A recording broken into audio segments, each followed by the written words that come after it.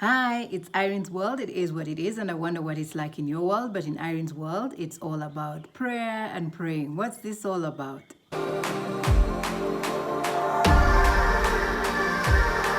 Today being Sunday, and if you're one of those who's still anxious about why are we not gathering into our places of worship, I thought I would just address this issue. After all, ever since COVID, everything has shifted into a new gear. It's a new normal in everything: new trading, new eating, new socializing, new entertainment, and why not a new way of understanding what worship and prayer is all about. You know, until your mind grasps a new thought, a new idea, a new thinking, you cannot shift into a new living. And if you ask me, this has been a universal shift, even in the way we have so far perceived what prayer and worship is all about. Now, I'll focus on the prayer that everybody normally knows and has prayed some time in your lifetime, and that is the Lord's Prayer. Previously, in my growing to understand what praying was all about, back then in my protesting days when I was protestanting, if that's allowed to be used, the Lord's Prayer was always recited at every end of service or every service that I attended on a Sunday, or if there was a Wednesday service. Well, I've since outgrown that, where I believe that prayer is not just a ritual, an external ritual that has to take place on a specific day in a specific location. I have since left that way of approaching prayer because I have advanced and grown in my understanding of what prayer is or should be. I cannot even define it. You just become aware that prayer is like breath. I mean, let's face it, every time we say we're praying, it's as if we're throwing a lifeline to source, life force, God, to help us out of a pit or to guide us. That's how we have defined prayer. Prayer is just like breathing. As long as you have breath, you're praying consciously or unconsciously.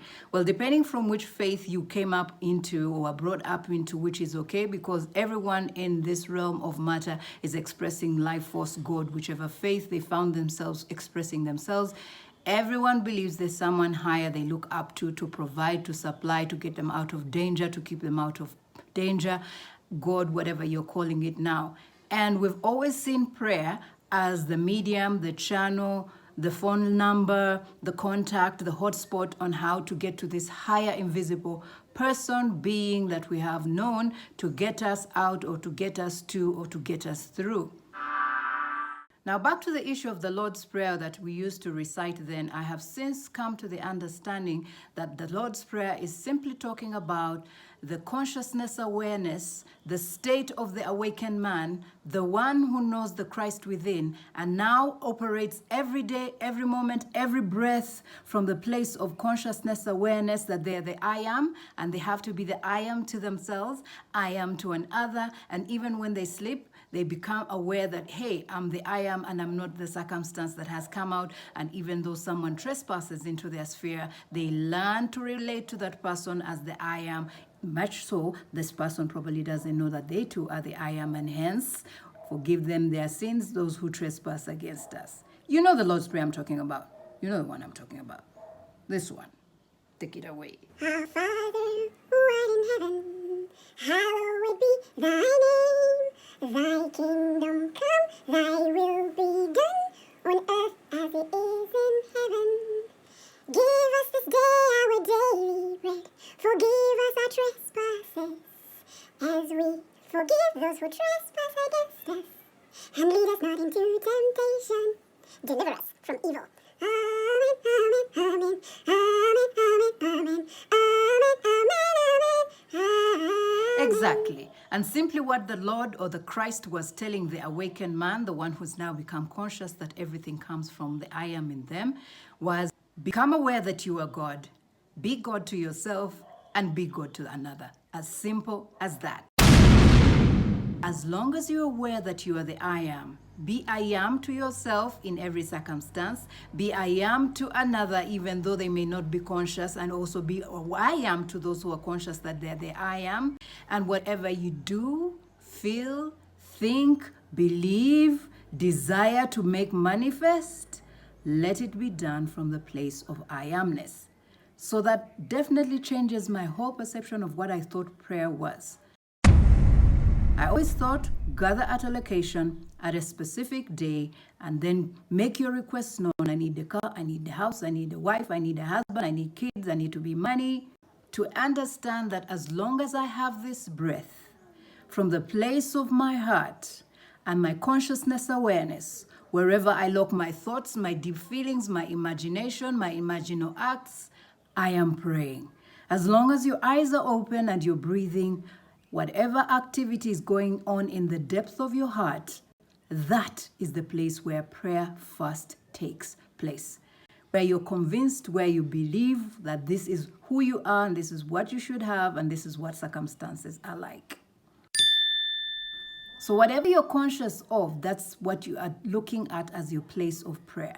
If your mind is still locked to the external, where you need to gather to a location, you need to recite certain scriptures, you need to stand up, sit down, that's okay. It's also part of the journey. It does get you what you want as long as you believe. And that's only the key, as long as you believe. But the deepest place for the one who's now awakened to understand what prayer is simply be conscious all the time that whatever you do, think, feel, and relate with another, do it from the place of I am, and you can't help but bring good. And by staying in that state, it keeps you from the evil one. And who is the evil one anyway? It's not John who wanted to have you fired, neither neighbor who wanted to rob something from you, neither that person who hates you because you look beautiful. It is simply lowering yourself below the consciousness that you are the I am and go to the dark side of life force, which can't help but bring you devils and demons and evil and suffering and hell.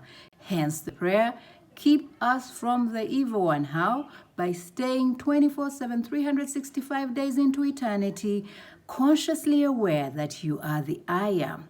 And when you pray, say, meaning when you think, believe, act, care, relate, do it from the God estate. Pray without ceasing simply means continuously, now that you have become aware, stay in that state of consciousness awareness, and whatever you think, do, believe, relate, act on, do it from that place of the consciousness that you are the I am, God, the loving one who defines not, who judges not, but is love to anything, everything, and whatever they bring forth into this realm of manifestation. And so, for those sheep who are anxious, why do we not gather again in the place of worship?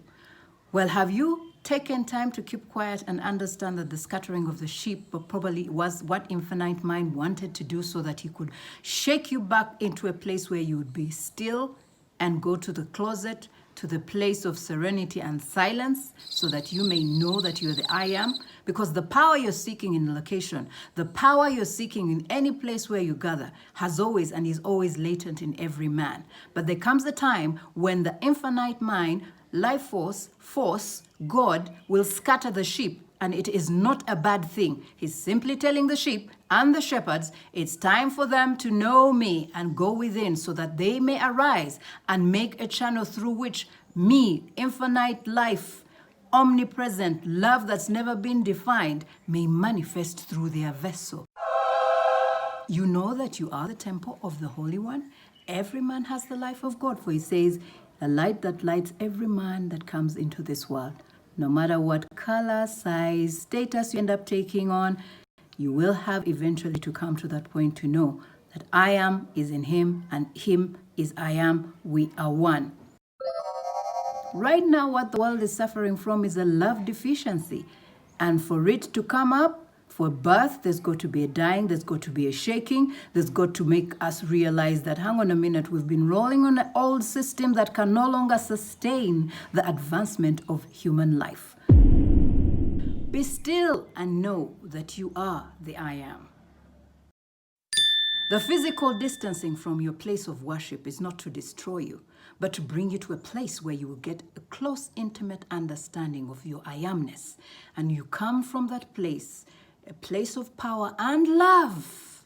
Because right now, what this world needs is love that has no definition on it, that judges not, that takes no side. It just knows itself and has always been for centuries into eternity, seeking a vessel that will open up so that this love may flow freely through it. And so no, this Sunday, when you sit down wherever you are, Be anxious not when are they gathering, when are they opening up. Be still and know the I am in you. You'll be surprised. I've been through a journey. I've been through churches, and I didn't understand why I kept hopping from one to another like a rabbit, falling into one rabbit hole into another, until I realized that it was actually a journey of my soul. It was my soul leading me on. I ceased panicking whenever I had my soul tell me, enough of this, time up for you in this place of gathering, until I was taken to a place of isolation. Yes. And I gathered not with the sheep, I gathered with the I am in me. And now, yes, I do have a group I gather with at the level of the consciousness of understanding, but I no longer fret if I don't go to a place of worship that is physical, because I am the worship of the Mighty One. I am the temple of the Holy One. I manifest the life. The true worship is when you let the life force in you fully become your full consciousness, so that it may express itself in this realm of objectivity in whatever status you hold, whatever gender you hold, whatever age you hold, whichever skin color you hold. Is all love expressing itself in different ways. Variety is the spice of life, and so we should learn to live with it. And we are all one, whether we like it or not. We heart the same, we die the same. And probably the incidences that are happening right now in our world are waking us up to know that we have always been one. We take no sides, we blame no side, we forgive. Now that's the medicine all of us are finding hard to administer at this time, because you can only do it when you're fully consciously aware that you are the I am. So today is Sunday. How is your prayer life? Is it one that is anxious and seeking to gather in a physical place? Wake up, my dear one. The Mighty One is telling you, I want you to know me deeper. And so understand that prayer is not just a ritual or an activity. It is a state of being conscious that you are the I am, so that every breath that you take every day, you can't help but bring forth the pureness of that life. So how is your prayer life like? I pray that you are not anxious. I pray that you now know that you have the power. Go into the silence this Sunday. Just be still and know. Prayer is not a location. It's a state of consciousness. Just be aware of the I am in you. You'll be surprised the things that you'll call forth. But in Irene's world, it's all about growing into the consciousness awareness of the I am in me, so that prayer is no longer a physical ritual, but it is a state of being. It's Irene's world. It is what it is.